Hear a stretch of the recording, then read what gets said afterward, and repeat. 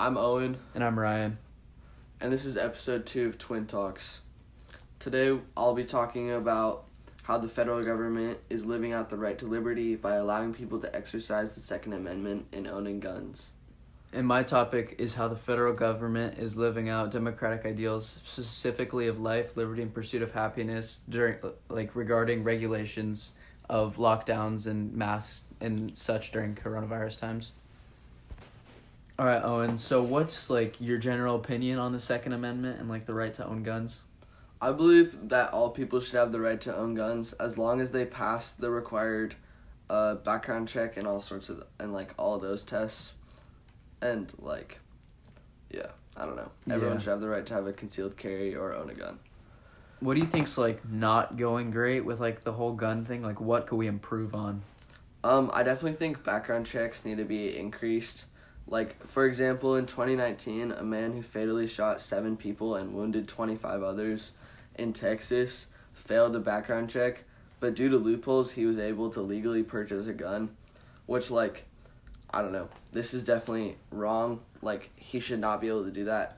And if he fails a background check, it should just automatically not allow him to purchase a gun legally. Yeah. So, there are weird, laws or loopholes you can get through sometimes. Yeah. I don't know. As well as even if you fail a background check, you can still go and purchase a gun illegally, and there are a lot of people that don't require background checks as of now. Yeah. And here's a fact that I have: around 80% of all firearms acquired, people who the people who bought them have not passed a background check or did not need to go through a background check, which obviously is not right, because the people who are buying those guns are not going to do good things with them, like hunting or having a concealed carry for self-defense. Is that stats from just any gun? You could just buy it from some random dude for money? Yeah. Or that's not just buying it legally? No, that's any gun. Oh, okay. Yeah. It's not good. Yeah. What's going well? Just the Second Amendment? What is the pros of it, I guess? For me, the pros of it are people have the right to self-defense and defend themselves if, say, someone were to attack them, as well as there are a lot of people that find joy in hunting and hunt for food and that sort of thing. Yeah. So that's definitely one of the pros of owning a gun. All right, so you were also talking about how you would want enhanced background checks, what's the process right now for a background check? Yeah, totally. So as of now, in the state of Michigan, the buyer pays about $7.50, and they go and take a multi-question, multiple-choice test, basically, where they either answer yes or no on different questions. This usually takes about, I don't know, most people said 5 to 10 minutes, and within 5 to 10 minutes, they're cleared by the FBI. To me, this is definitely too short, and I feel it should be more extensive, because you don't really know the person's mental state, and if it would be okay for them to buy a gun after 5 to 10 minutes of being with them, and just a short questionnaire on that. Yeah, no, I would definitely agree, because I feel I don't know, can you lie on that? Because if it's 10 minutes, why you could just put something that's totally not true. Is there penalties for lying if they find out? Yeah, you can lie, and I've read that people do lie. However, there's up to a $250,000 penalty and up to 10 years in jail. However, damn. Yes, that's a lot, and even though lying happens, people are rarely caught, which I don't know. That's just not. Well, I mean, fair. because they're probably being looked at for 5 to 10 minutes. You can't really figure that much out. Yeah, it's not really a fair check of someone after 5 to 10 minutes.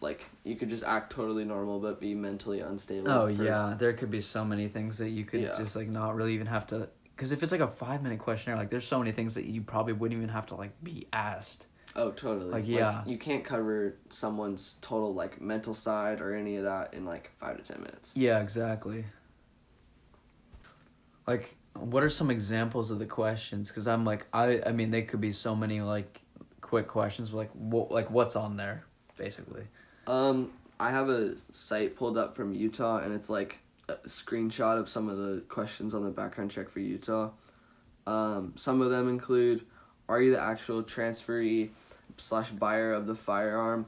Obviously, you could just lie on this by saying yes and then go to purchase the firearm and successfully get it. But then after, like, sell it in a black market sort of deal. Yeah. That's an easy loophole. Others include, like, have you been convicted in a court of a felony? Like, I don't know. I feel like this could be a loophole because, like, yeah, not a lot of people have. And you could be, like, mentally unstable but just not have a criminal record. Others include, are you a citizen? Like, do you need ID? Yeah, you do. As well as you go through a fingerprint check, which I think is really good because, like, there's like a bunch of files. So there's no in the FBI. identity, like, theft or something Yeah. going on like that. Yeah. But once again, people can just sell these guns, Yeah. like, through a black market, which is 80% of firearm purchases, unfortunately. Yeah. Alright, so Ryan, what's your opinion on the lockdowns? Like, personally, with all this stuff, I got it at first. I thought it was, like, kind of smart to make sure that people were, like, trying to avoid each other. But the fact that we're, how many months in now? It's November, so, like, 9 months in, and that we still haven't figured this out. I don't know. I think it's getting to the point where people are just saying, I'm not going to stay in anyway. So I think social distancing is definitely the best one, the one that I would agree with.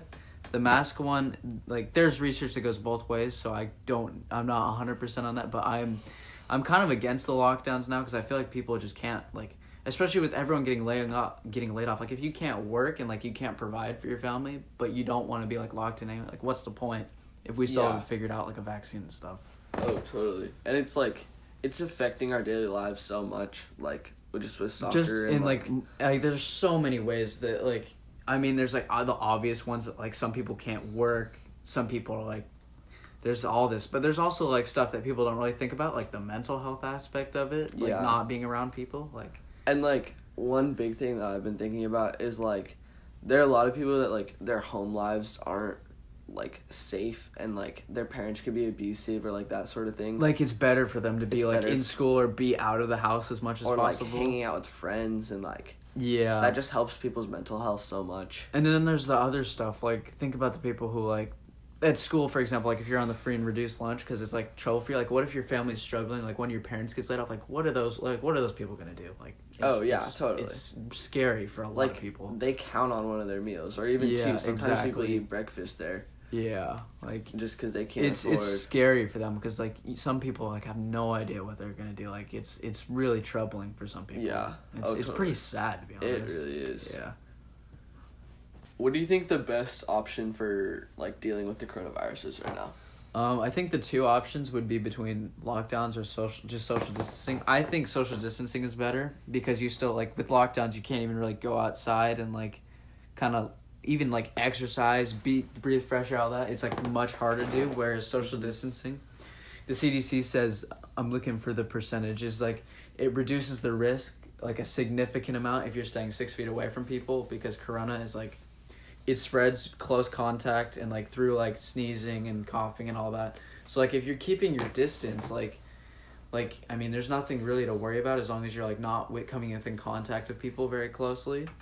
And then, because if you can, like, manage that, then there's no real point in just being locked inside your house for a long time because that, I feel like that would have more negative effects, like, mentally and physically than just being able to live your life, but, like, as safely as you can.